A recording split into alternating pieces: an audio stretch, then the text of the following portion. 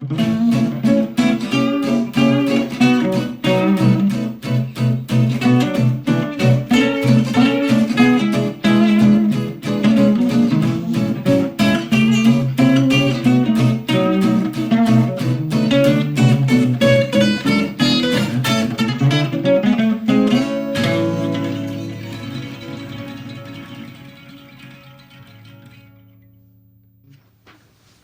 got a couple of different sort of ideas for some of these now. I'm testing something out on YouTube, so you can sit and look at my lovely jumper if you're watching that, and if not, if you're just listening to it on iTunes, then you're going to miss it, aren't you? Never mind. Okay, so this one I wanted to talk about songwriting and the sort of agency that art can have in the world. And this is something that I think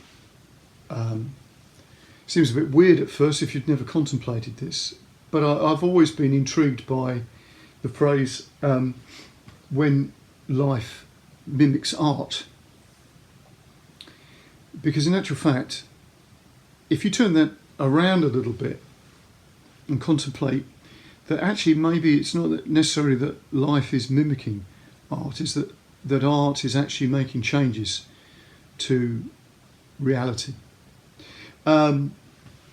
We've sort of commoditized the arts, like it's something that we do, in something that instead of something that comes through us. This is certainly a concept that the Greeks had, that the ideas and stuff like that, they used us. We didn't make them. Now, we find that very difficult in our sort of materialist way of thinking, but in actual fact, when you're working with any sort of artistic endeavour, sometimes it's good just to get yourself out of the way. And if you can think of this piece of artwork being realised in the material, world, but it's already sort of fully formed as a thought anyway. I found that's quite a useful way of being creative.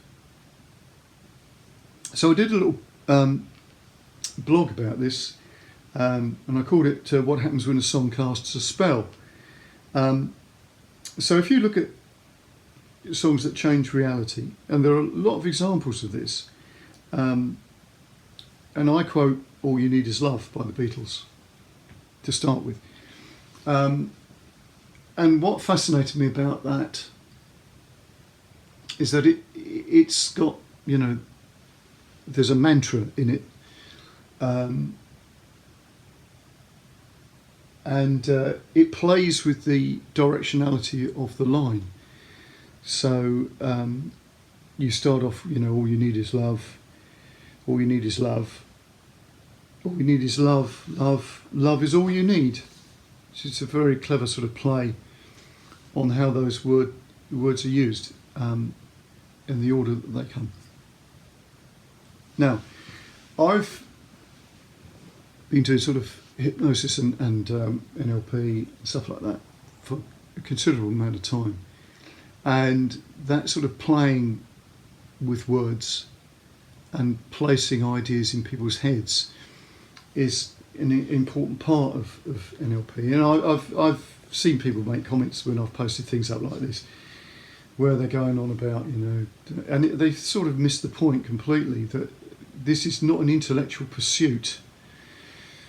Some of NLP is taught like that it's sort of coded information, and they put it in sort of like a scientific construct, but of course it isn't.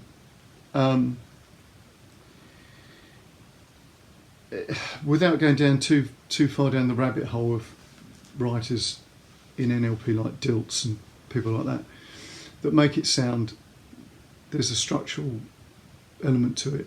Yes, there is a map,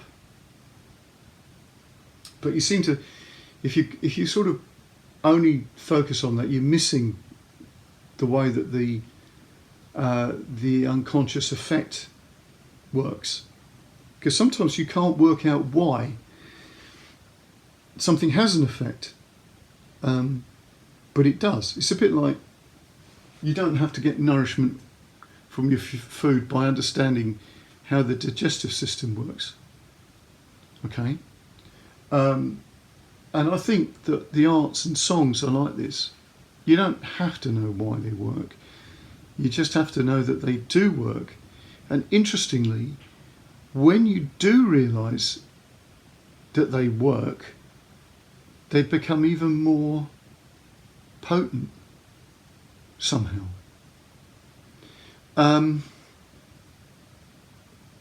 So I've always liked people like Bowie, because I grew up in that period of time that Bowie made his real sort of, I think it's safe to say, changed the face of music and what people understood at the time that music could do. But obviously Bowie was drawing upon the works of William S. Burroughs, and I've been really intrigued by Burroughs' work for quite some time. And of course Burroughs was involved in magical practice. Now the interesting thing with NLP is that Bandler wrote a number of books that used the term magic. Structure of Magic's one of them. And people have played on this idea. There's a book called Magic in Practice by I can't remember his name at the moment. It'll come to me. Anyway, but it was about using language in medicine, and the fact that often doctors don't realise the effect of them telling people about what it is that they've got wrong with them.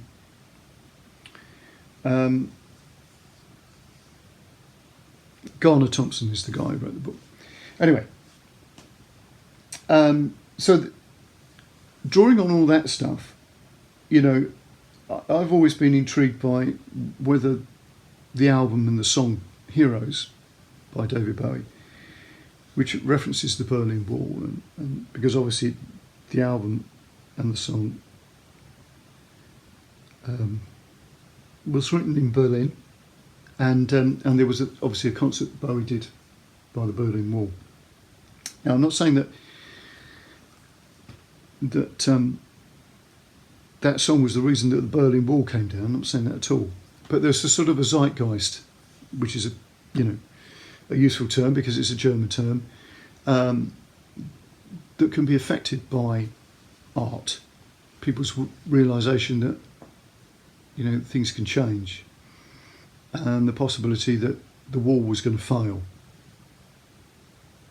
and people's resilience under the sort of spectre of the wall, which is I think something that really Bowie's sort of saying. And art creates ripples in the pool. I think that's the best way of looking at it. Strange coincidences that happen, things that sort of changes people's opinions, and sometimes these aren't obvious. They're subtle. But at the same token, they can build to that moment where you get a tipping point. Something that I sort of pointed out in an interview where I was saying that you don't gradually learn to ride a bike. You suddenly can ride it. But there is a period of time beforehand you do a lot of falling off. And to some extent, music's like that. You get this thing where you're struggling with something and suddenly you can do it. And it doesn't seem to be a linear event. And we sort of forget that because we tend to think that it is, because that's the logical thing. People's progressions when they learn to play music, you get a plateauing effect. A steep rise and then a plateau. And then maybe another steep rise and another plateau. It's not linear. And that is something that I think that art is very good at doing. It's creating that pressure that builds up, that creates change. So there's a couple of examples that I quote about people foretelling their own demise. The ones that stuck out to me were Son of a Gun by Kurt Cobain and Happiness is a Warm Gun by John Lennon.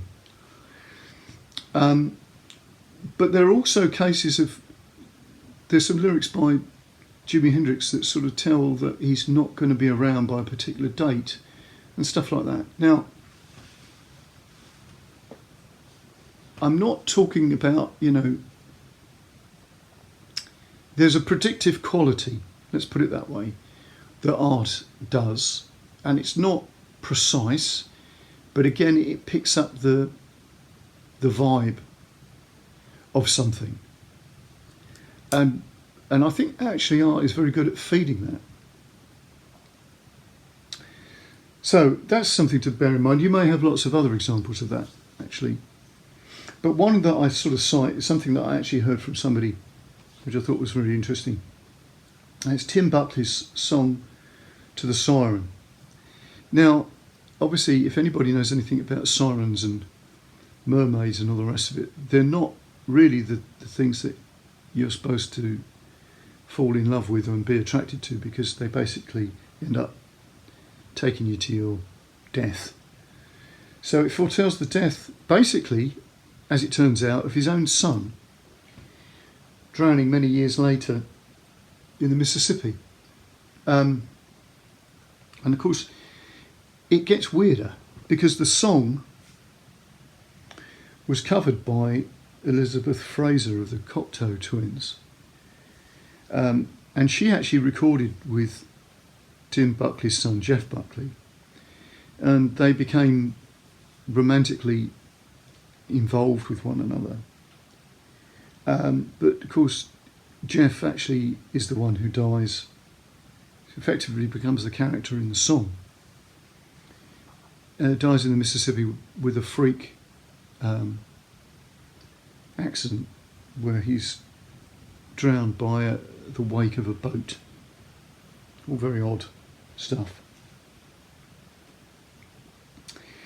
But anyway, we can think about songs that make us cry or laugh or bring memories to us, which in a way is very interesting because they are, from an NLP point of view, they're an emotional anchor to a memory, and that in itself is really powerful. And songs, of course, have been used. Obviously, they're national anthems, and there are songs that are played for armies to march to, and all the rest of it. So we already know the potency of songs being able to control our moods and help us march in time to a particular tempo and all the rest of it. And again, the idea of marching into a battle to a song is a bit of a weird concept. I didn't mention, of course, the fact that church music and sacred music is so potent. But of course, I think this is a little bit of the cart and the horse story, because I would assert that songs were being used as a way of changing your state of mind well before it was commandeered by the church. And it's the fact that the church knew that they did what they did. And then there's a history of music being controlled by the church to the point that, to stop heresy in church music had to be written down to be vetted, which then weirdly leads to the fact that, people often think to be a proper musician you need to be able to read. Well, obviously it helps to read, but why is it that to be a proper musician that you have to learn to read? Is that not a bit of a shadow cast by the fact that to be ordained by the church as a musician, you had to read so that you didn't do anything naughty? Anyway, just a thought.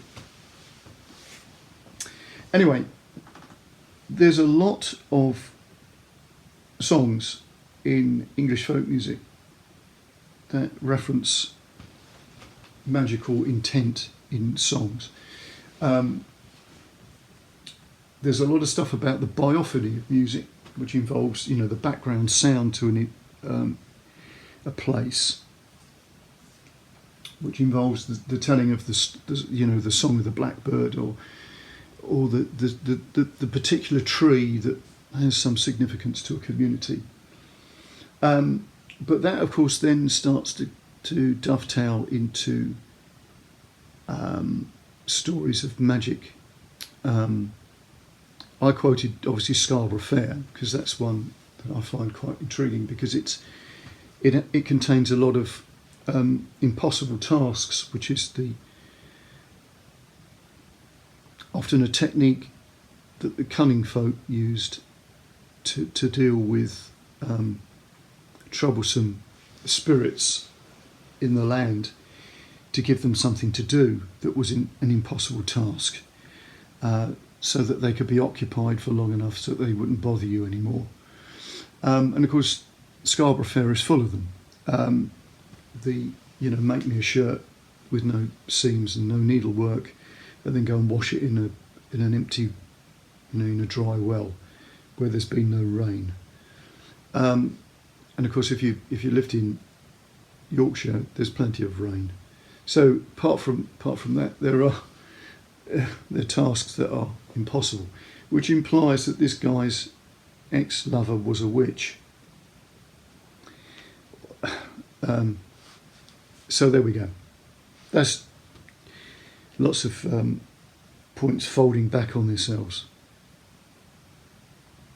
So the point is that there's lots of coded information in songs, in folk songs. Also, the other thing is that there are lots of herbs quoted in the Scarborough Fair that are all herbs that were used against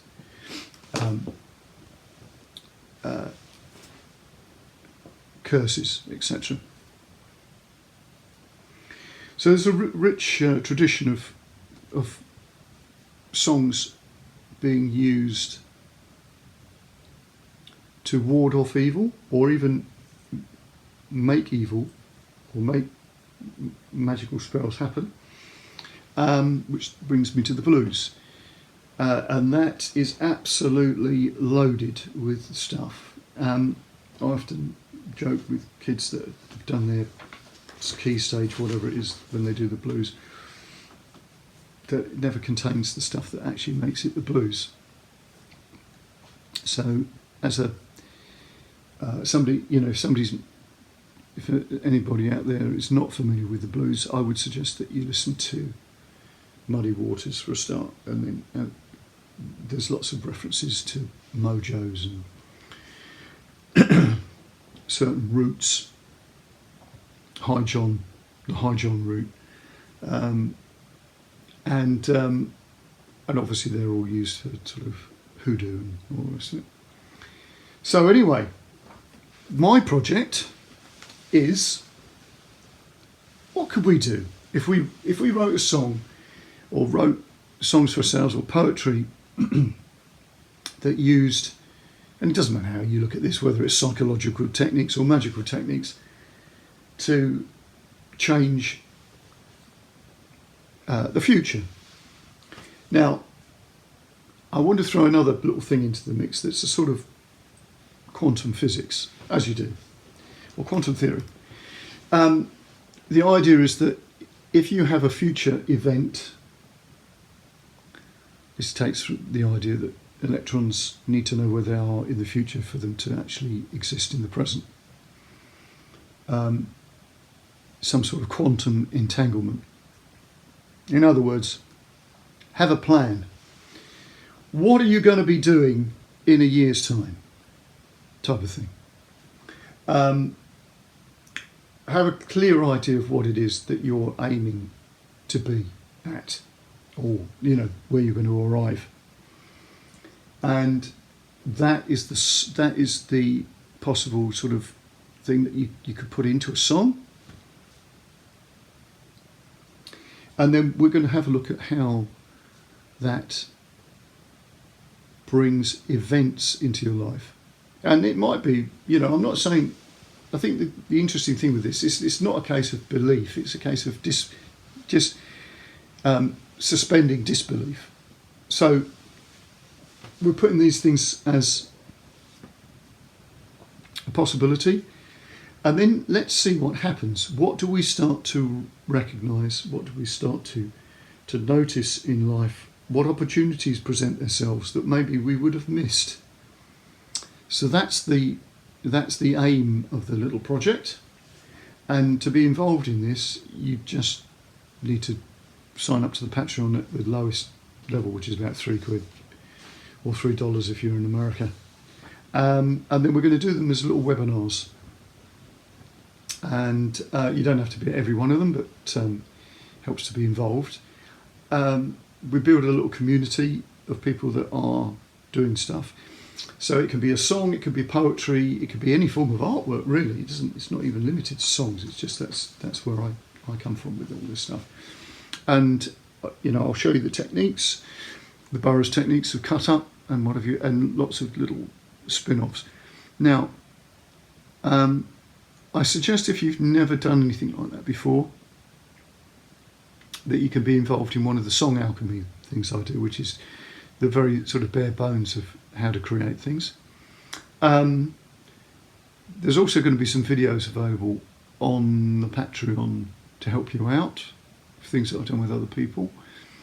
So the best thing is to jump onto the Patreon, which will be in the show notes, but for you who are sitting with a pen and paper, as you would, it's www.patreon.com and then obviously /Vic Highland, but it will be in the show notes. So I look forward to seeing you on that one. And as I said before, lots of interesting stuff coming up. Musicians, people with interesting musical businesses, more stuff down the sort of weirder rabbit hole as well. Lots of very, very creative people. So I look forward to seeing you then.